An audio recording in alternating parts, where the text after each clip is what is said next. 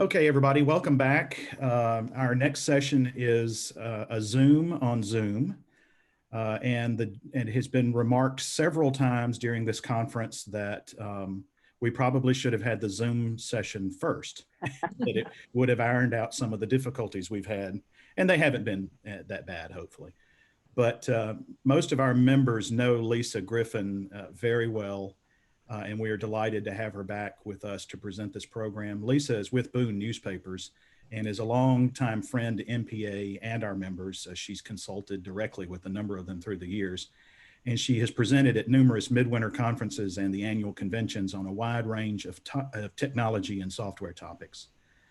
She's with us today, like I said, to discuss the world of web conferencing, including the ubiquitous Zoom platform, and to touch on others and services that might be out there. So please welcome Lisa back to Mississippi, albeit virtually. Lisa, take it away. Thank you. Thank you. Yeah, it is good to see each of you and be with you virtually today. This is a new world. In this past year, we have adapted and embraced to so many circumstances that we probably don't want to think about it. And I tell you, for newspapers, yeah, I believe it has been especially challenging with events canceled, with social distancing. It has been hard for you to carry on and carry out. Presses keep rolling. So video conference has probably become the vehicle in which you are serving your community and your advertisers. So today we're going to kind of be a little back and forth in what we do.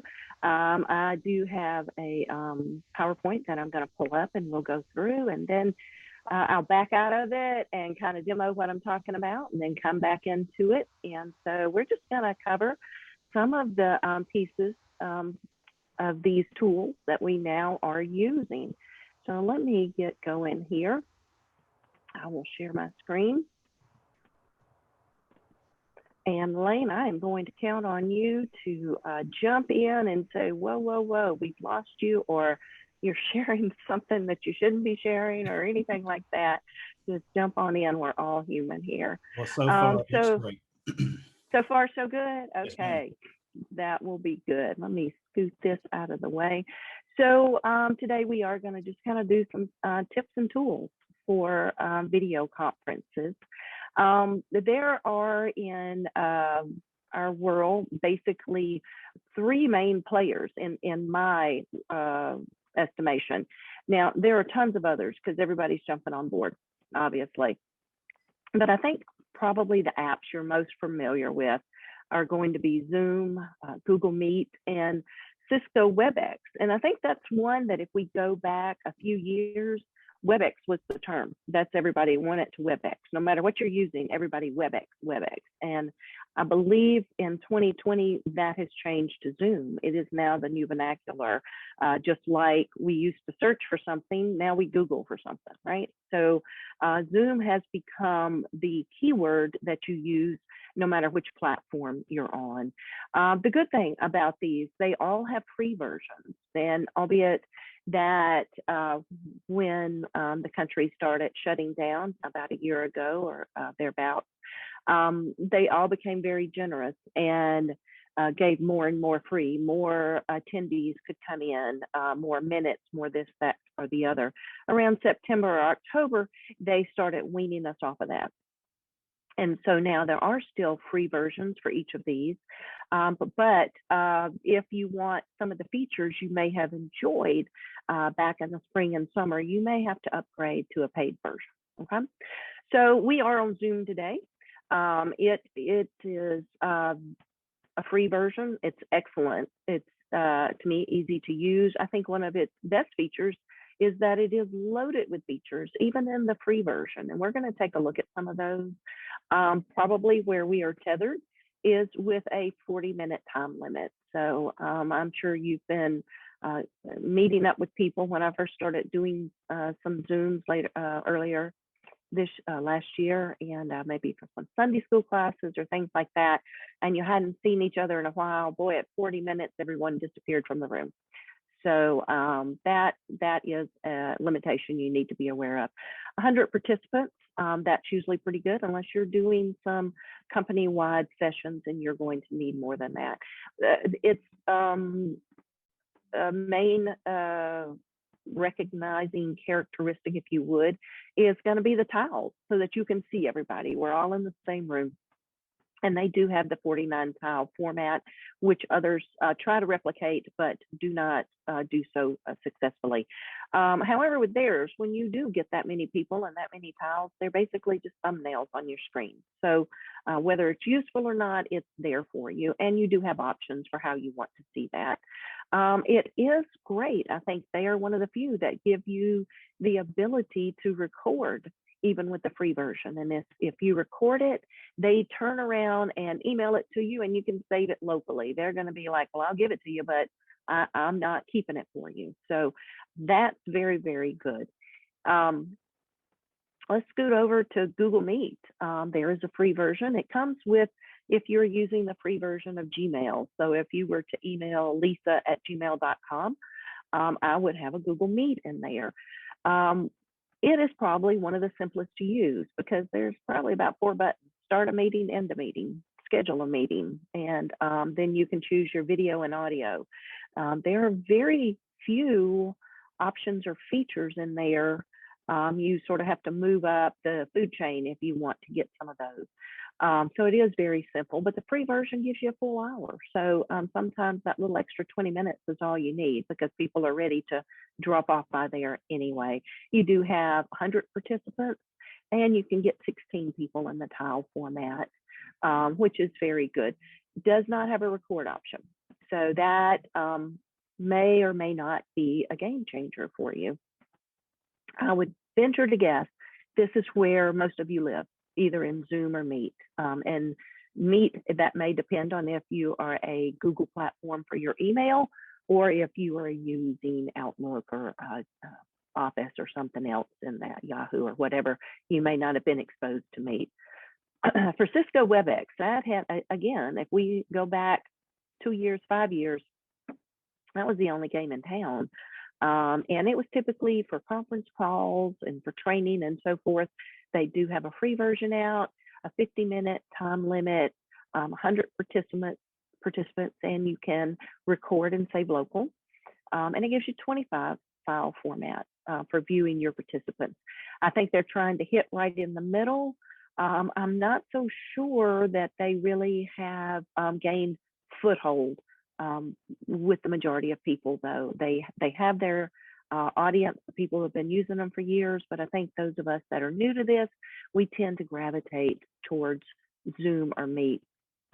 Now, you popped in on Zoom for this one, so I know you had to download the app. It is app-based, as is Cisco WebEx. With Google Meet, it's browser-based. There's nothing to download, nothing to do. You click on the link and there's nothing for you to make sure you have loaded or set up. It's just ready to go from the get-go. I'm going to exit out of this and share a different screen for just a second. I'm gonna go to my desktop.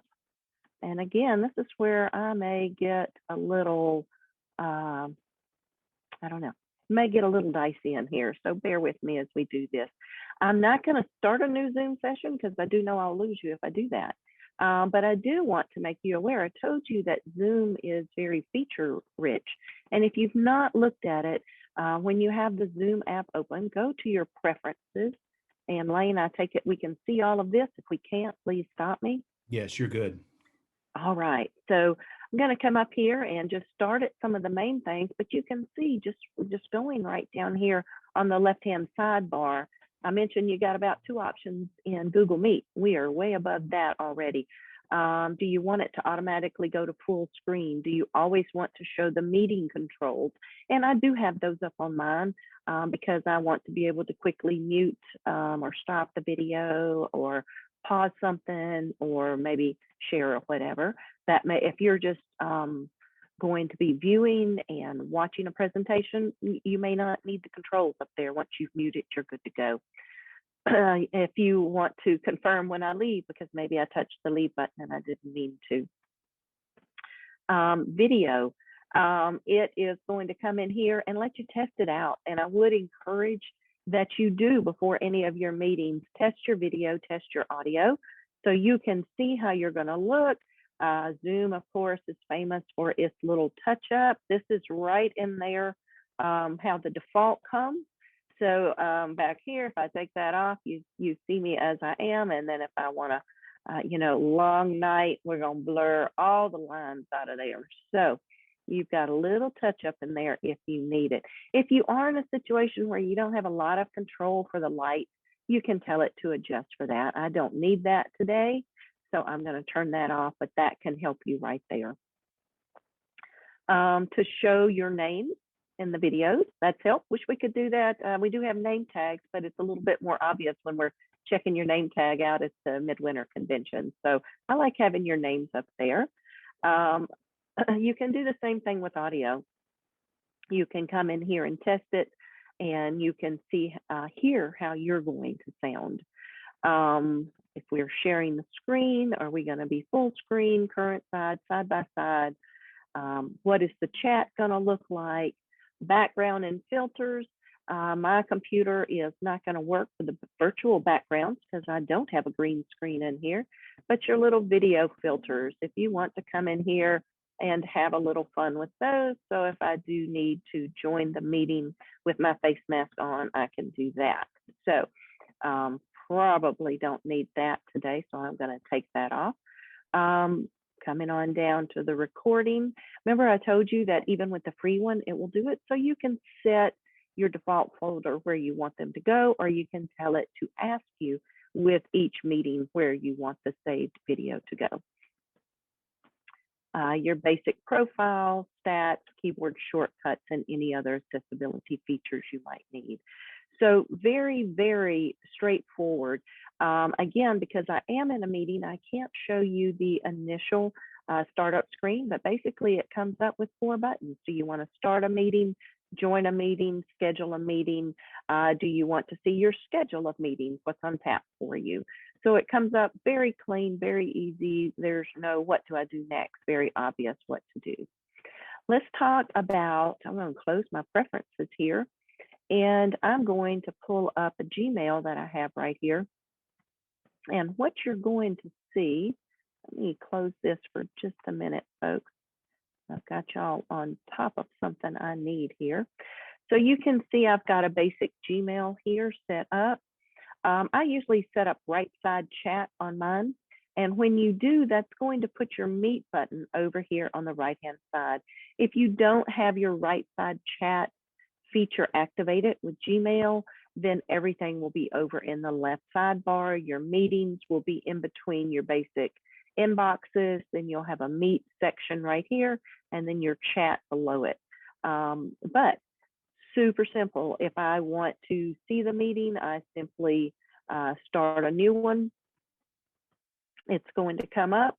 I can copy this. I can email it to you, or from right here, I can send an invite. I did want to mention, this is one of the few, and you'll see this in the next slide I do, that Google Meet or Google provides conference numbers. So perhaps you just need, it's not with the free version, I will caution you on that, but with some of the additional plans, conference call numbers are included in it, and those are extra for the majority of the other plans. So if you just need to have some conference calls, that's another feature right here you've got. I can go ahead and send that invite to any of you. I can tell it to join right now. And if I do that, I don't think I'm going to mess with my Zoom. Kind of want to show you, this is a Meet within a Zoom. And it's asking about what video cameras, so forth, that you want to use each time. I'm going to allow it to use it. And then when I join, we'll be in it. Not going to do that for obvious reasons, because I don't want to have a meeting within a meeting. But again, very simple to use. Your options are pretty much what audio and what video do you want to use, and it automatically brought that up for you. So that is Meet in a nutshell. If you were to go to a browser and type in meet.google.com and you're logged into your Gmail account, it will come up and just simply show you a very basic screen. You would, if I had a whole itinerary, my meetings would be listed over here so that I know what's on tap. And again, I can start a new meeting and schedule and do everything from here. So it's very similar to the platform if you're used to using Google, drive.google.com, mail.google.com, meet.google.com. So those are all in there. WebEx, I'm going to pull that up. It does require an app. I've got it loaded here. Again, straightforward. Do you want to start a meeting or schedule a meeting? It has your preferences just like Zoom does. So we'll let those come up, and do you want it to start automatically? Tell me about your account. They deal a little different to me. Everything's in room numbers. It's all off of this one link right here. It doesn't integrate as easily to me with my Gmail calendar or the way Zoom will do it, but I can set in here which type of calendar I want it to use. But you can see they're very tightly affiliated with the Microsoft Outlook platform if you're using that. Let's go back here. We're going to go to this again and just catch back up where we were. So those are the three main versions, and they're all very easy to get to. An app for Zoom, an app for WebEx. Google Meet is simply from your browser. The free version works good for all. Even if you want to record, you've got options for those in there. Now, sometimes you need to step it up though. So let's talk about what that might mean for you.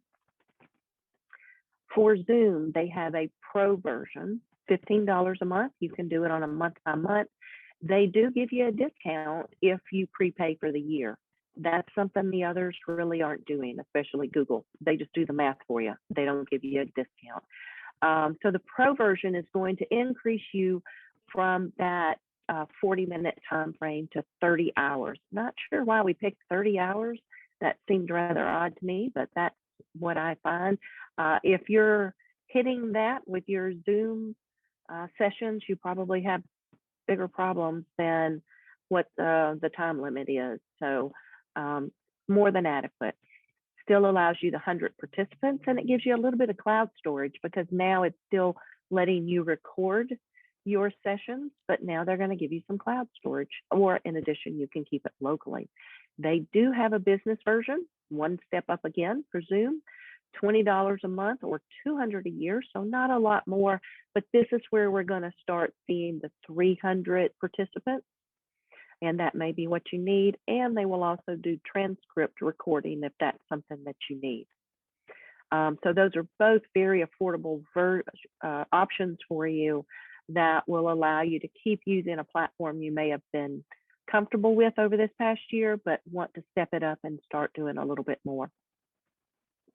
Google Meet. They changed a little bit. You've probably heard the term G Suite over the past year or so, or past several years. Everything for Google was G Suite. And did you have a basic or a business or an enterprise account? That's not the way they work anymore. Google now has Workspace. Okay, so if you are on a G Suite, when you renew it, you will be transferred to the Workspace platform, and they have changed it immensely. There used to be a lot of the words unlimited with each of their plans. You can't find that word in there anymore. So the basic is equivalent to the business starter, the Workspace business starter, $6 a month or $72 a year. Now we've got, instead of a 60-minute meeting limit, I can go up to a full day, still at that 100 participants. But this is where you start getting your toll-free numbers. If you want the call-in numbers for Zoom, it's a separate package. And that's kind of cool the way they do it. They have the option, this pro version might be exactly what you need for Zoom, but then they have like add-ons or a la carte, if you will. I want to buy some toll-free numbers. I want to buy another service or another service. So instead of having to go up to a higher version of the business or the enterprise, I can stay at the pro version and just have an add-on or a rider to it, like you might have for insurance. With Google Meet, though, once we go to the basic package or $6 a month, now I've got those toll-free numbers included, and that is very handy for any conference calls you want to do, or for people who are calling in from computers and do not have the microphones and speakers and cameras built in. We've still got some people on some older desktops and towers that before webcams were included with everything. So the ability to let them call in with those numbers is very good. If you move up to the business standard, $12 a month or $144 a year, still the 24, but now we're moving up to 150. This is where you have to be if you want to record with Google Meet. You have to be at the higher priced one, or it is not an option. So if you are using Google for your company and you've always been on the starter package or the $72 a year, but you want to record your meeting, if you've got 10 people, all 10 people will be at the 144 a year. So it effectively could double your cost for your email platform if you need to have the ability to record meetings, because everybody has to move up, not just one. All right, we'll scoot on over to Cisco. They've always been a company that has had layers or tiers in there. So in addition to their free, you can move to their starter, $13.50 a month per host. So the difference with that is if I buy a Cisco WebEx and it's in my name, but I want someone else in the company to use it, it's going to be sent from Lisa Griffin at boonenewspapers.com. And when someone asks a question, even though I might, Elaine might be using it, all of the inquiries and everything are going to come to me. So that gets a little confusing. So you have to work out a way that you can share these accounts, or you are going to pay per host. We move up to that 24-hour time limit, 100 participants, 5 gigabytes of cloud storage, and at the starter, they provide transcriptions. So I thought that was kind of cool that they put it in at that. The business, we're getting more up. Price goes up, of course, 200 people, and now 10 gigabytes of cloud storage. So that's your playing field there. I want to stop for just a minute and see if someone wants to unmute or pop in. There are plenty of other packages out there. Has anybody had any luck with some that they want to share that they found particularly useful with their newspapers?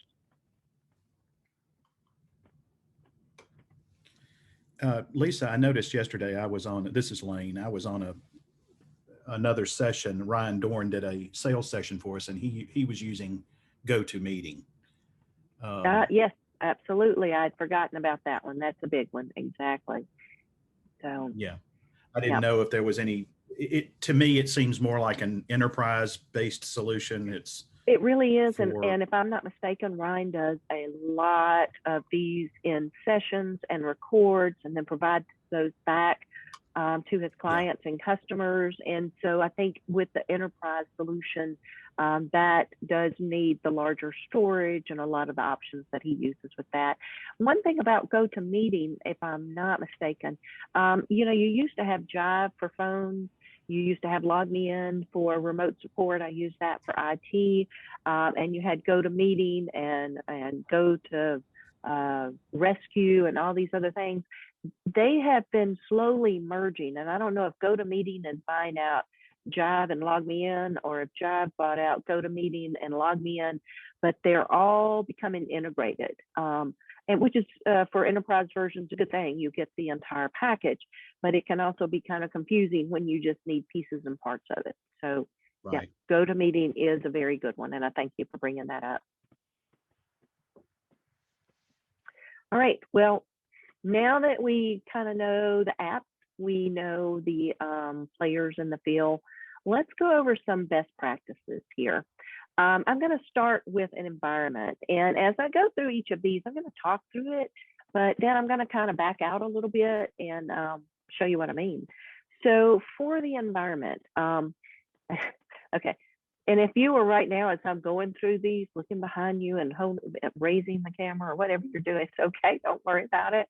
These are just some things that I find that I think are very helpful and that can make your presentations or even your participation, if you will, a little bit better. So the position of the screen. It's always better if it is at your eye level or slightly above. I don't want to be looking up at it 2 feet above me, but if you have a laptop especially, and you have it on the desktop and you are looking down is never a good angle, especially as we get older. And a lot of times, sometimes if you have it down, you may not actually bend your head down, but you're tilting back. And so now everybody just has a great view right up your nostrils. So when the camera's below you, it gets really awkward no matter what you do. So try to elevate it. You may find that your computer is very comfortable where it is for your workflow during the day. But if you're going to be on a Zoom, see there I go using the term again for the app, you're going to be on a video conference, you might want to put a couple of books under it. A couple of, I cannot tell you how many newspapers I've been in, and there are 2 reams of paper under the monitor to get it where you want. So Hammer Mill has fixed many a monitor stand. It can fix your camera problems too. So at eye level, slightly above. The lighting is a big one, and I'm going to again demonstrate this in just a second. You want to watch your backlighting.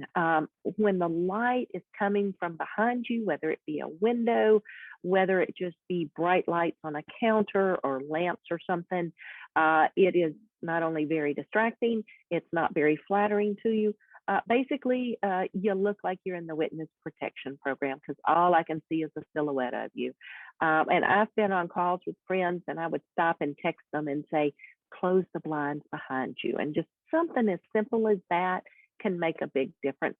You can also add a little lamp just near your computer or behind your computer, a small lamp that's behind the camera.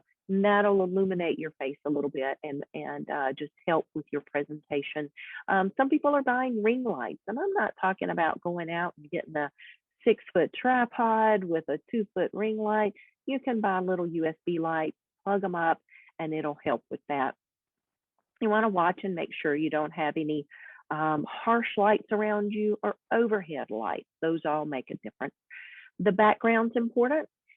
Turn around and look what's behind you. And this is also something that you can do before you join a session.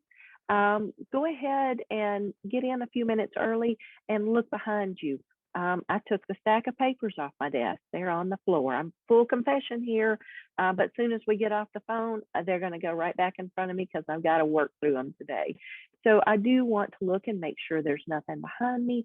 It doesn't hurt. I kind of like that there's a little distance behind me, and maybe that what you're seeing is 20 feet behind me, 10 feet behind me, something like that.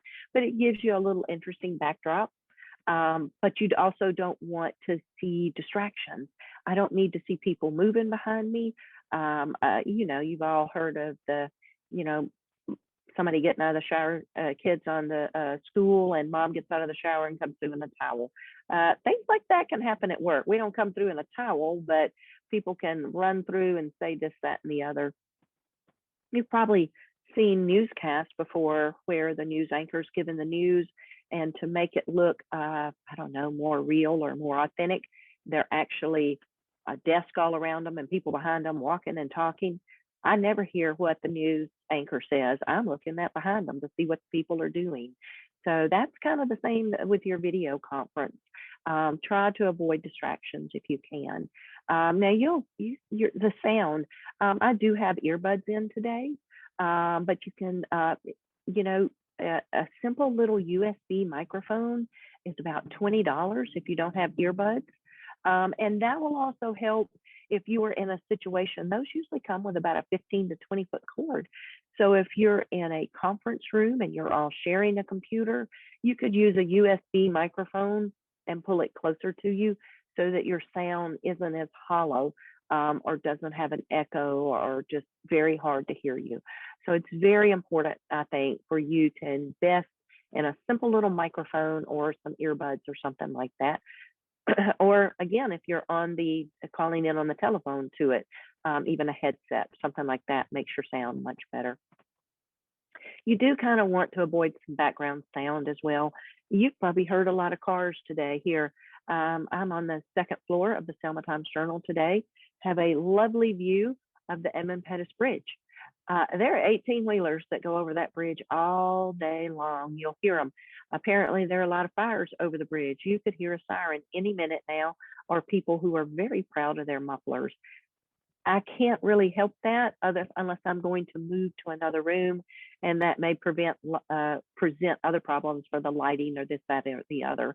So some of your programs, I believe Zoom even has a background noise preference where you can tell it to try and muffle those for you if you know they're going to be loud. Now, let me back out of this session for just a second, and I'm going to come back here. And I'm going to stop sharing for just a second. Y'all can still see me. And I want to do that because I'm going to move around and show you a few things. I'm doing a little bit of unplugging here just so I can do this. So all the things I was telling you about the camera and the angle, I'm fixing to break all of those rules. So let's talk about the lighting.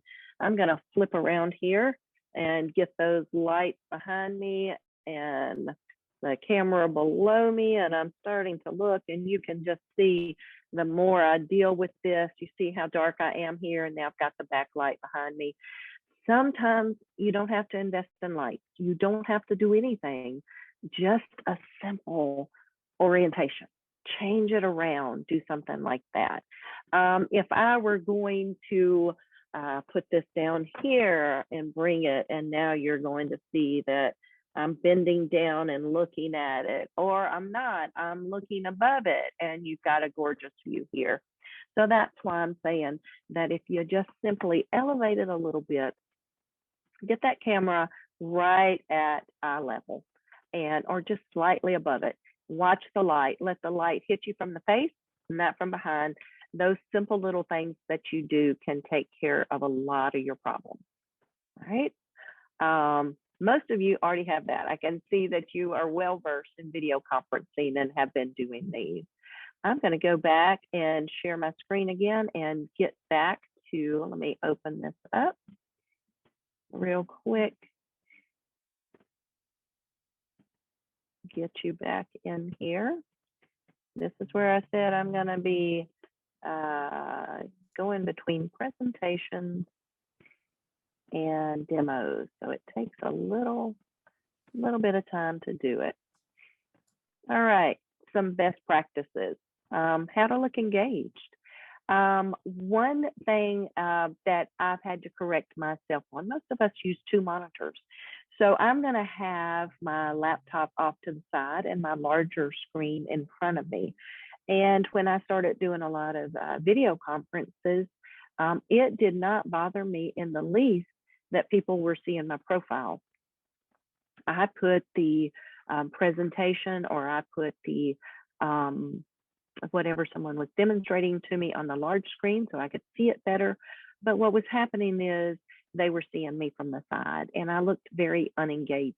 And when you're presenting and you start seeing from the side, or I see people working on email, different things like that, it can be distracting and discouraging too. So try to just look right at the camera. And that's another thing I have down here to avoid watching the tiles. And this is something I struggle with. I like looking at each of you. But if you are going to be presenting, your best scenario is to look right at your camera and keep your eyes there. Keep looking at the camera. So it's a little hard because I feel like I'm ignoring you, but actually it's more like I'm engaged with you, that you are seeing my eyes straight looking at you. So look at the camera. Sometimes you even have to put a little sticky label or something up there, or maybe I'm going to put some googly eyes and feel like I am looking at somebody. So if you are presenting, look right at the camera, and that will make a difference. And if you are watching, try and get that camera straight on as well if you can. Perhaps if you can't, and someone else is presenting and you may not be communicating, and that y'all are sharing ideas or whatever, there might be a time that you want to stop your video, just like you might mute your microphone. So take care of that. Activity. Oh my goodness. Let me stop sharing for just a second on this one, folks. You know what? When you're sitting here and you're watching somebody and you're just, if you're presenting and you're just swiveling and rocking and just, oh yeah, I got the, the whole 9 yards, it makes a difference. This also makes a difference. I'm telling you, when I am, you're probably going to think I'm really bored. And this is a good time for me to stop my camera at this point, because this is all you're going to see. So watch the swivel. It's very easy. I do it when I'm on the phone. I'll be sitting here on the phone and not even realize I'm just actively rocking and swiveling or doing things. So you want to take care of that. Watch that, if you will. Let me go back over here. Share the screen one more time. So watch the multitasking. Like I said, I have to stop my video sometimes because I am called away. Someone has chatted or text or something, and I've got something that's urgent that I need to fix for somebody. But I'm going to stop my video so that you don't see that I had to answer the email or something. If you can not be answering your emails, not be shuffling through papers, things like that, that's going to be important. And the same is going to be true if you're an ad rep and you're meeting with your customers virtually. You look at that camera, be engaged. Don't be swiveling. Don't be leaning down. Don't let them be looking from the nose up view. Let them see you like they would be if you are in the office with them and you're presenting to them this new promo that you're running. If you're doing a news interview with the mayor, with whatever dignitary, or just the local nurses who are, on the front lines, same thing for them. Show them you're engaged. Watch the camera. Let them see your eyes. Don't be fidgeting and moving. Don't be multitasking. Really important for when you are carrying out the business of the newspaper that you would normally do face to face, and we're now doing it video to video. These simple little things are gonna make the person on the other end feel much more at ease and like they're just talking with a friend, and share with you so that you can tell their story. Body language. All right, here's Nana coming in here, folks. You've heard her say it before. Sit up. I sit on the end of my chair when I'm doing this, because if I sit back, I'm going to be farther away from the computer. I'm going to lean in just a little bit. You're going to know that I'm talking to you, that I'm, again, engaged. That's the key word here. So if you need to sit on the like front half of your chair, and sit up straight, don't slump. I mean, come on. Our folks, our parents and grandparents have been telling us this for years. Think about when if a salesperson comes in and is making a presentation to you, and they're sitting in the chairs, slumped down and kind of unprepared. So posture makes a difference. Clothing makes a difference. A lot of us are working from home. I've got a friend who has been working from home for a year now. She has not gone into the office. She does her job very well from home. So it works well for her. And I don't think she's doing a lot of video conferencing, but if you are working from home, if you are in essence deployed, you still want to be professional. T-shirt, you probably wouldn't come in to work in a t-shirt. You probably would not conduct an interview or a sales pitch in a t-shirt. So for guys, that collared shirt does make a difference. You can have shorts on, sweatpants, doesn't matter, as long as you don't stand up now. All right, you got to watch. Think about what you're doing. I've seen people before. We've been in the middle of some meetings, and we might have 20, 30 people on there. And someone with the company is making a presentation and telling us about something that's coming up. And somebody kind of gets up and stretches. And I'm like, oh my gosh, he's got khakis in this on, but I'm like, think about where your camera is. We are just watching somebody stand in front of the computer and stretch and do all this stuff. So remember, the camera's on. Watch your clothing. I hope I don't have to tell guys no tank tops, but even in the summer, ladies, no tank tops. What we're doing is we're seeing you from the shoulders up. So if all we see are two little straps or something right here, it's just very distracting. It almost looks like you're in a swimsuit or whatever. So I'm not trying to get into dress codes or anything, but just be aware how it looks on the other side. Even busy print can be distracting. So the Hawaiian shirts, floweries, this, that, and the other. Just nice, simple, casual business attire is good, just so that you are presenting yourself as you would if you were one-on-one with these people, or if you were presenting at the Midwinter Convention. Exact same thing.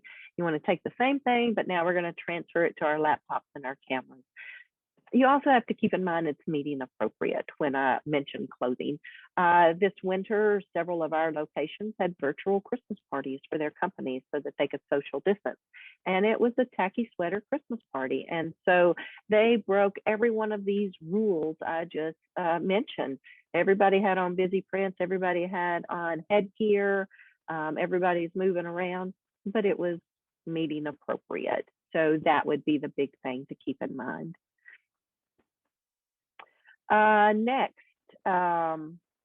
etiquette. And there's just kind of just no, I wish there was a better word, but I think we kind of live our life with a little etiquette, and that's okay, or just manners. Mute, mute, mute. I think we've all gotten the hang of this, but if you go back a year and we're doing conference calls, we're doing video calls, and people forget to mute, it is so distracting, and it wastes time, and you can't hear, and people just don't even realize that we're listening to them, that we hear the background noise, that it's causing audio problems for other people. And the other thing is, if you are going to call in on your telephone line from the office, and it is one that has music or some kind of message, when you put it on hold, if you are called in to a video conference or to a conference call or to whatever, don't put it on hold if you have music and this, that, and the other, because then it takes over the message. So if you experience anything like that, you need to make sure you are probably buying one of the apps that's a level up that allows you to kick somebody out of the meeting if you need to. Because I've had entire calls ruined because somebody put us on hold for 10 plus minutes and all we could hear was their music until the host found a way to kick them out of the meeting. So mute your microphone if you're not participating. Mute your video if you just need to watch what's going on and you think your actions might be distracting. I've already said a little bit about this, the distractions. Just be aware of your distractions, shuffling papers, moving around, maybe even you've seen the one where somebody might come in the office, which I am surprised no one has come through that door so far. They must not know I'm back in town. But someone comes in and you're trying to tell them, no, no, no, no, no, not right now. So eating and drinking, there are really some dehydrated people on these conference calls. Have you ever noticed? I mean, it's like they go through 3 bottles of water. So if you can avoid the eating and drinking for the short time you're on the call, it's okay. If you need the sip of water, it's not a problem. But again, just kind of, if it's distracting or if it's just a habit, maybe you could put it aside. I mentioned my background noise. I'm very close to a major thoroughfare. There's very little I can do about that unless I'm going to move this into a different location. And this was the best one for today. And then background activity. I could have left the door behind me open and you would see some people walking by and some different things going on. But it was better just to close the door today and not have to worry about that. And then for all the technology, all the apps, all the little tips and tricks we've talked about, if I have to bring it down to anything, it's going to be these last 3 points. Technology happens. I mean, you're going to call in and you're going to lose the call. You're going to call in and someone doesn't know how to mute. Someone does, the video's bad. You may need to chat your friend like I did and say, close the blinds behind you or just turn around or something like that so that they look a little more professional. If people are having trouble, help them with it. Give them an alternative. Give them another time. Just work with them through it. Just be patient. We're all learning. Be polite. And be kind. And I think if we take those 3 things, we're living in a world that could use a little bit more of that in many areas. But I think that we can take that and apply that to our video conference world, and then we will actually we'll be good. We're going to get through this. The newspapers have always adapted, and they have come through with shining colors this year. And I'm so proud to have been a part of this industry and watch how the professionals are handling this and serving their communities. So that is what I have for you today.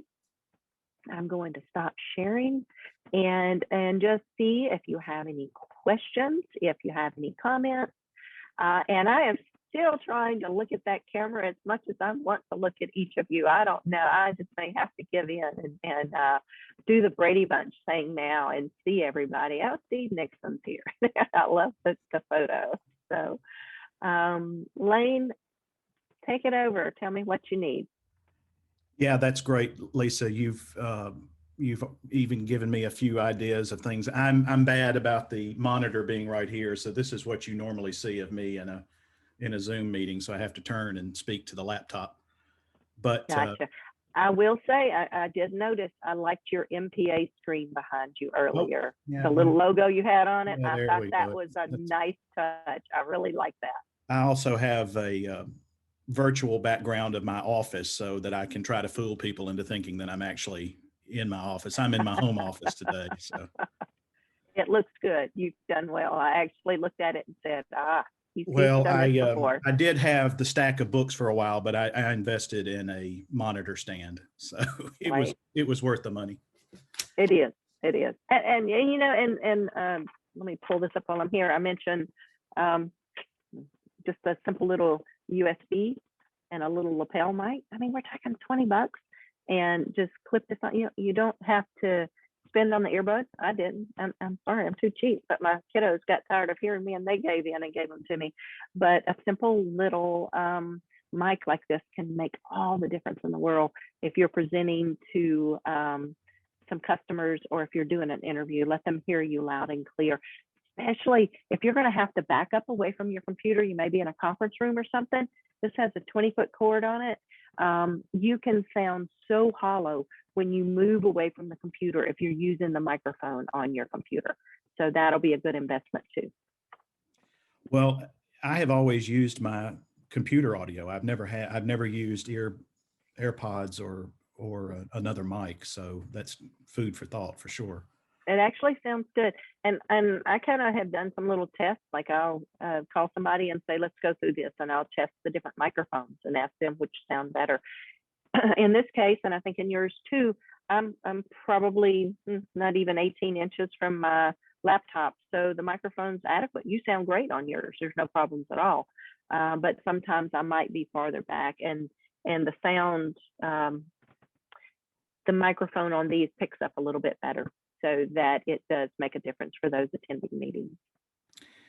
You may have covered this early on, and I don't mean to dominate the questions. If anybody chime in or raise your hand.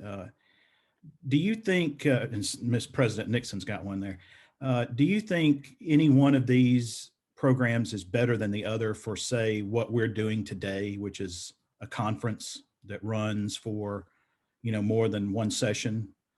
I just wonder if you have like concurrent sessions and things like that, if any of these programs are more friendly for that purpose, because I know we have some meeting planners from other states who joined into this call today. Right. I think the two main players that you're going to have the best luck with for the different meetings for everything, that's going to be your Zoom and Google Meet. They're the two main ones that get us where we need to go. With the Google Meet, and when you're talking about the concurrent meetings and all, I'm trying to think through. I mean, you're signed in with your email if you're using Google Meet. So it really is, I'm hosting multiple meetings, so it can't be everywhere at one time. I thought you handled it very well the way you did the Zoom this time and the meeting codes, and you left it, if I'm not mistaken, the same room for each one, and simplify that I thought that was wonderful. I really did, because I wasn't wondering, oh, which one. I was thinking, how's he going to do this? Is he going to have a different Well, meeting for each one or whatever? I'm glad it We worked need to because we simplify them all. weren't sure how we were going to do it at first. So I need to write down what we did this time. You have set the pace. It did good. It really did. Because I signed into one yesterday and I had no issues whatsoever. And it was clear as a bell and it was simple. And sometimes it's not always simple. It's not. You know, the fact that Google Meet has the number in there, the phone number that I mentioned, that's a feature for people who don't have the microphones and speakers in their computer or cameras and so forth. But it's also a problem because a lot of people think they have to call in and they use their computer, and then we get this echo going on because they're not muting one or the other or both. So it can be a little confusing sometimes when you're using Google Meet if you do that, because with yours, I had one line, you click, you're there. Okay, if you didn't have the app, it gives you the app. With Google Meet, when I log in, then it's starting to, oh, here's a number, oh, here's a this, oh, here's a that. So people kind of can get a little sidetracked sometimes. Steve, I think he raised his hand. I did. Thank you. Thank you, Lane. Hi, Lisa. Hello. I just wanted to ask you a little bit about polling. Like you've got, I don't know how many people here, 20 odd. And sometimes we ask a question and we want to poll the audience rather than everybody screaming out what they think. Can you explain a little bit about that if you're able? Well, I have seen it, and I'm going to be honest, I've not used it. I've seen it in there with the situations. I have not used it whatsoever. I'm tech support and a trainer, Steve. Sometimes I don't want to know what they think about me. Let's be honest. Yeah, I hadn't used it either, crying. Lisa. Yeah, I hadn't used it either. That's why I was asking, because yeah, I'm doing a quick look through here. And actually I saw that just the other day and was thinking, oh, cool. But I do not, if I had to bring it up and show you right now, I couldn't. So that doesn't mean I won't find out. Send it to Lane and he can send it on to you. How will that be? That'll be just beautiful. Thank you. Do you use Zoom, Meet, or what's your flavor? No, I've been using Zoom for 2.5 years. I have the full version of it. And okay. We do all our board meetings and everything this way now. It's far more productive, not to mention the cost saving, and the recording is excellent. It is. Yeah, the recordings that I've seen on Zoom actually come back to you very quickly too. They've been flawless and they come back quickly. So I think if you've been on it 2.5 years, you're probably a year and a half ahead of everybody else then. So, but I have not used a polling. Never been any different, find out about it.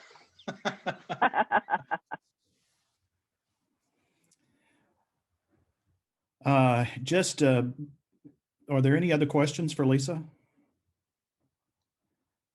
I want to thank you again, Lisa, for doing this. It's something that I had been curious about for a year now, and I really appreciate the added insight. Did we lose? Oh, there he is. I lost you on my end for a second. I was like, oh no, we're at 40 minutes. I also want to give a shout out to two of my good Louisiana buddies, Norris. I see Norris Babin there, and Wilbur Reno. He has wandered off from his laptop, but they are longtime friends to MPA, even though they're with LPA, and it's good to see you guys again. Lisa, any final thoughts? No, y'all are doing a great job getting the paper out in I guess our lifetime worst of circumstances we've seen in a while. It's hard to cover events when there are no events, and then when you cover the events that are happening that are sad and you don't want to. So proud of y'all, proud for what you do, and happy to help if I can ever be of help to any of you. It would be an honor. Well, we look forward to having you back in person someday soon, Lisa. So take care until I will be happy for that day. Just a brief housekeeping note. We've got about half an hour before our next session at 3 o'clock, which is on the New Start Alliance. So we look forward to you folks who are interested in that program joining us then. So until then, the The room will stay open, but we are adjourned. Thank you, Lane. See y'all later. Absolutely. Bye. Good to see you, Norris. How are Same things? here.